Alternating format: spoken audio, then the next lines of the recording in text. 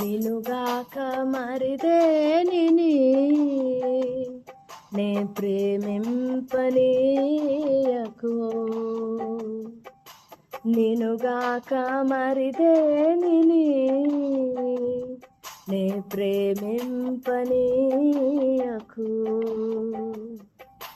నీ కృపలో, నీ దయలో, నీ మహిమా సన్నిధిలో నన్ను నిలుపుమో యేసు. నినుగాక మరిదేనిని నే ప్రేమింపనీయకు.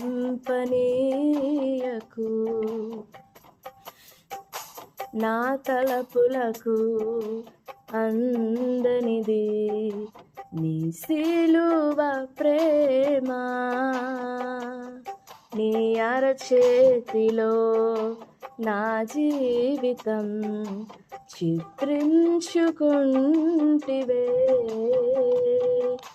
నా తలపులకు అందనిది నీ సిలువ ప్రేమ. నీ అరచేతిలో నా జీవితం చిత్రించుకుంటివే. వివరింపతరమా నీ కార్యము, ఇహ పరములకు నా ఆధారము నీవైయుండగా నా యేసువా. ఓ నినుగాక మరిదేనిని నే ప్రేమింపనీయకు.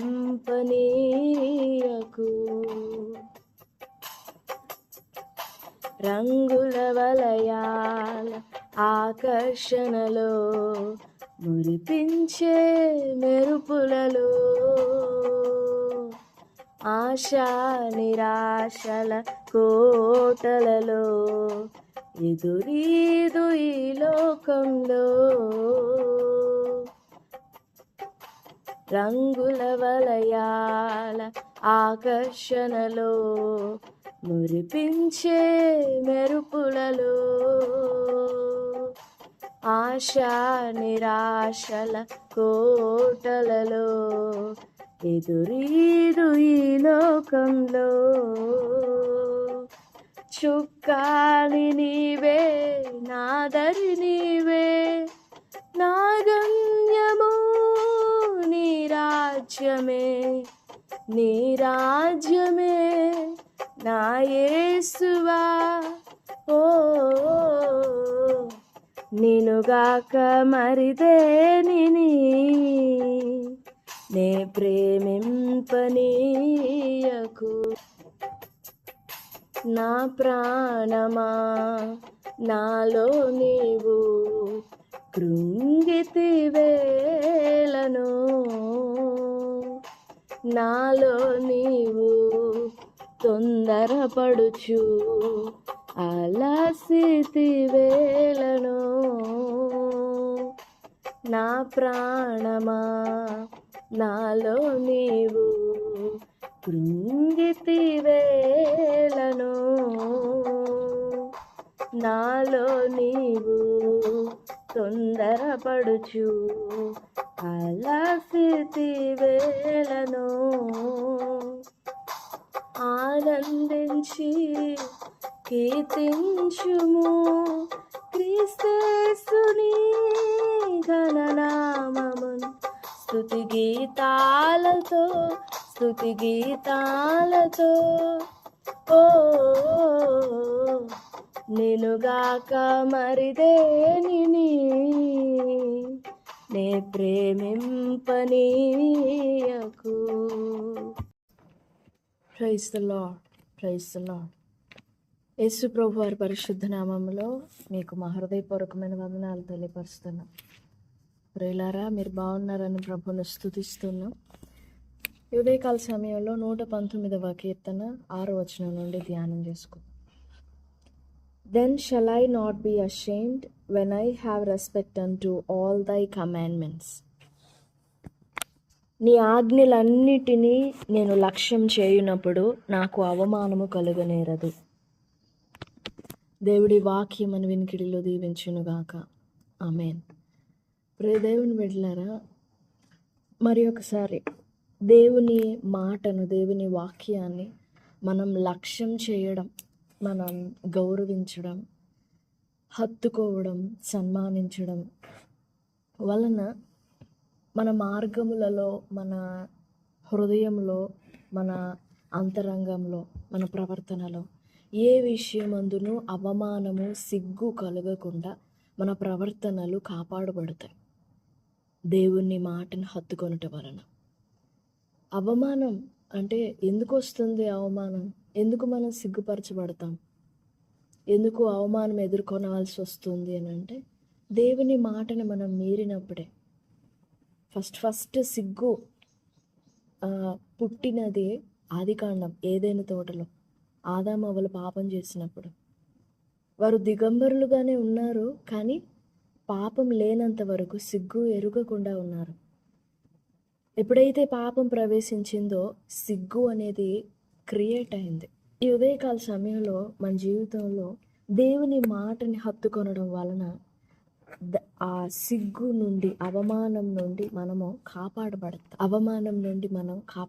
ఈ ఉదయకాల సమయంలో మరొక భక్తుల జీవితాల్లో నుండి దేవుని మాటను లక్ష్యం చేయటం గురించి ధ్యానం చేసుకుందాం. ఈ ఉదయకాలంలో లేవీయులను గురించి ధ్యానం చేసుకుందాం. నిర్గమాకాండం 32వ అధ్యాయం 26వ వచనం.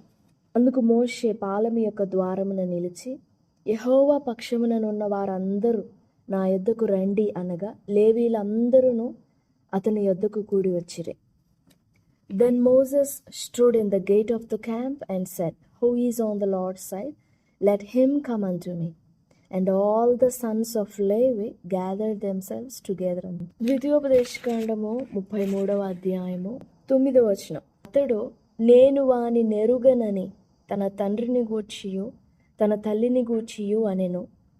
తన సహోదరులను లక్ష్య పెట్టలేదు, తన కుమారులని ఎంచలేదు. వారు నీ వాక్యమును బట్టి నీ నిబంధనను గైకొనిరి. Who said unto his father and to his mother, I have not seen him, neither did he acknowledge his brethren, nor knew his own children, for they have observed thy word and kept thy covenant. యెహోవా పక్షమునున్న వారెవరో నా యొద్దకు రండి అని మోషే పిలిచినప్పుడు అక్కడ కూడి ఉన్న ఇశ్రాయేలీల అందరిలో పాపం ఉంది. They all have sinned against God. వారందరూ కూడా, అందుకే మోషే అందరినీ పిలిచాడు. మీ అందరిలో, మీలో యెహోవా పక్షమునున్న వారెవరో రండి. ఆ టైంలో దేవుని పక్షాన స్టాండ్ తీసుకోవడం అనేది, that's the most important decision for every one. There comes times where you need to honor God's holiness and where you need to guard, to be faithful for God's word. Are you doing that or losing it like Moses and Aaron? కొన్ని పరిస్థితులు, కొందరు మనుషులు, కొన్ని పరిస్థితులు, సమస్యలు, సమయాలలో మనం దేవుని పక్షంగా నిలబడవలసిన టైం వస్తుంది. We have to choose on whose side we are going to stand. మనం ఎవరి పక్షాన నిలబడతామో, ఎవరిని లక్ష్య పెట్టి నిలబడతామో మనం చూస్ చేసుకోవాల్సి ఉంటుంది. అందరినీ పిలిచాడు మోషే, కానీ అందరు రాలేకపోయారు. ఒక్క లేవీయులైన వారందరూ మాత్రమే వచ్చారు. ఒక్క లేవి గోత్రమే వచ్చింది. మోషే అన్నాడు 3వ అధ్యాయం 14వ వచనం నిర్గమాకాండంలో, నేను వాడనై ఉన్నాను అని చెప్పారు కదా దేవుడు. ఉన్నవాడను వాని పక్షమున ఉన్నవారెవరో నా యొద్దకు రండి. నేను ఉన్నవాడనని చెప్పాడు కదా, ఆయన పక్షంగా ఉన్నవారెవరో రండి అని అంటే, ఆ టైంలో ఇశ్రాయేలు 12 గోత్రాలలో ఆ టైంలో దేవుని సైడ్ ఉన్నవాని పక్షమున నిలబడడానికి ఎవ్వరూ సాహసం చేయలేకపోయారు, లక్ష్య పెట్టలేకపోయారు, ఆయన్ని హత్తుకోలేకపోయారు, ఆయన్ని లోబడలేకపోయారు ఆయనకి. అందుకే ద్వితీయోపదేశకాండం 33వ అధ్యాయంలో మోషే ప్రవచనం వాక్కుల్లో 33వ అధ్యాయము వారు అలా లక్ష్య పెట్టకుండా తమ కుమారులను సహోదరులను లక్ష్య పెట్టలేదు. 9వ వచనం, వారు తమ సహోదరులను తండ్రిని తల్లిని గూర్చి ఎరుగను అనకుండా వారిని లక్ష్య పెట్టలేదు గనుక, తన కుమారులని ఎంచలేదు గనుక, వారిని వాక్యమును బట్టి నీ నిబంధనను గైకొన్నారు గనుక. 10వ వచనం, వారు యాకోబునకు నీ విధులను ఇశ్రాయేలునకు నీ ధర్మశాస్త్రమును నేర్పువారైతారు. Because they protected, they guarded the covenant, they observed God's word and they kept God's covenant and they watched over God's covenant. అందుకు మోషే అంటున్నాడు, they are able to teach your covenant to all the people of Israel. వారు చెప్పగలరు, ఎందుకనంటే వారు అలా నిలబడ్డారు కాబట్టి. ఈ వాక్యమును బట్టి నీ నిబంధనను గైకొన్నారు. నిజంగా మన జీవితంలో మనకెదురయ్యే పరిస్థితులు, మన అనుదిన జీవితంలో నిజంగా మనము దేవుని వాక్యమును బట్టి ఆయన నిబంధనని, ఆయన మాటని మనం గైకొంటున్నామా, కాపాడుతున్నామా? లేక సంఖ్యాకాండంలో దేవుడు మోషేని గురించి అన్నట్లు, నువ్వు నా పరిశుద్ధతను ఎలా సన్మానించకపోదురు, నా పరిశుద్ధతను ఇశ్రాయేలీయులు అందరి ఎదుట మీరు ఎందుకని నమ్ముకొనలేదు అని మోషే గురించి అన్నట్లు సంఖ్య 20వ అధ్యాయం 12వ వచనం, మీరు ఇశ్రాయేలీయుల కన్నుల ఎదుట నా పరిశుద్ధతను సన్మానించినట్లు నన్ను నమ్ముకొనకపోదురి అన్నట్లుగా నీవు నేను కూడా నమ్మట్లేదా దేవుని పరిశుద్ధతను? Wherever you stand, believe and be faithful for God's holiness. ఆయన పరిశుద్ధతను నమ్ము. Honour and embrace his holiness. లేవీయులు ఎన్నడూ అవమానం అందలేదు. ధర్మశాస్త్రాన్ని బోధించే వాళ్ళే అయ్యారు. దేవుని దగ్గర నిలబడి దేవుని మనుషుల్ని సమాధానపరిచే యాజక ధర్మము వాళ్ళకే ఇవ్వబడింది. ఎంత కృప, ఎంత దీవెన ఇవ్వబడిందో చూడండి. ఒక మాట, లేవీయులు దేవుని వాక్యమును బట్టి దేవుడు వారితో చేసిన నిబంధనను కాపాడారు కాబట్టి, ఆయనను లక్ష్య పెట్టారు కాబట్టి, ఆయన మాటను లక్ష్య పెట్టారు కాబట్టి, వారి జీవితంలో దేవుడు కలిగి ఉన్న ఉద్దేశ్యం నుండి వారు తొలగిపోలేదు. క్రమక్రమంగా కొన్ని తరాలు దాటుకుంటూ వెళ్ళినప్పుడు దాను గోత్రం కనపడకుండా పోతుంది. కొన్ని గోత్రాల పేర్లు మనకి కనపడకుండా పోతాయి. కానీ లేవి పేరు ఎక్కడ మిస్ అవ్వదు. దేవుని మాటని లక్ష్య పెట్టుటలోని ఆశీర్వాదం అది. ఆ యాజక ధర్మం ఎప్పుడు తొలగిపోలేదు. లేవి అంటే హత్తుకోవడం. నిజంగా వారి జీవితంలో దేవుని ఉద్దేశం అదే, వారు దేవుణ్ణి హత్తుకోవాలని. పాపం జరిగింది, వారిలో అవిశ్వాసం వచ్చింది, వారిలో పాపం ఉంది. కానీ వెన్ గాడ్ కాల్డ్ అవుట్, దేవుడు వారిని బయటకు పిలిచినప్పుడు, చాయిస్ ఇచ్చినప్పుడు, they made a choice, they made a promise. Yes, we will stand on God's side. You also, ఒకవేళ పాపంలో, ఒకవేళ అపవిత్రతలో ఉండిన ఈ ఉదయకాల సమయంలో ప్రభు నిన్ను బయటకు పిలుస్తున్నారు. Will you stand out? Will you come out? You come out of your depressions, or will you come out of your disbeliefs, or will you come out of your confusions, misunderstandings, misconceptions, and will you take a stand for God's side? Will you stand for God by guarding, protecting God's word within your life? లక్ష్య పెట్టుటలోని ఆశీర్వాదం చాలా గొప్పదండి. మనుషుల ఎదుట లేదా మన వైపు ఆలోచించినప్పుడు మన జీవితంలో అవమానం పొందకుండా ఉండడం అనేది ఇట్స్ సో గ్రేట్. ఇంకా మనుషుల ఎదుట మనం అవమానపడకుండా ఉండడం అది ఇంకా గ్రేట్. దానికంటే మించినది ఏంటో తెలుసా? దేవుని ఎదుట సిగ్గు నొందకుండా ఉండడం. సిగ్గుపడనక్కరలేని దాస్యుల వలె మనం ప్రభు ఎదుట నిలబడగలిగినట్లుగా దేవుని వాక్యం మనలను సరిచేస్తూ. చిన్న ప్రార్థన.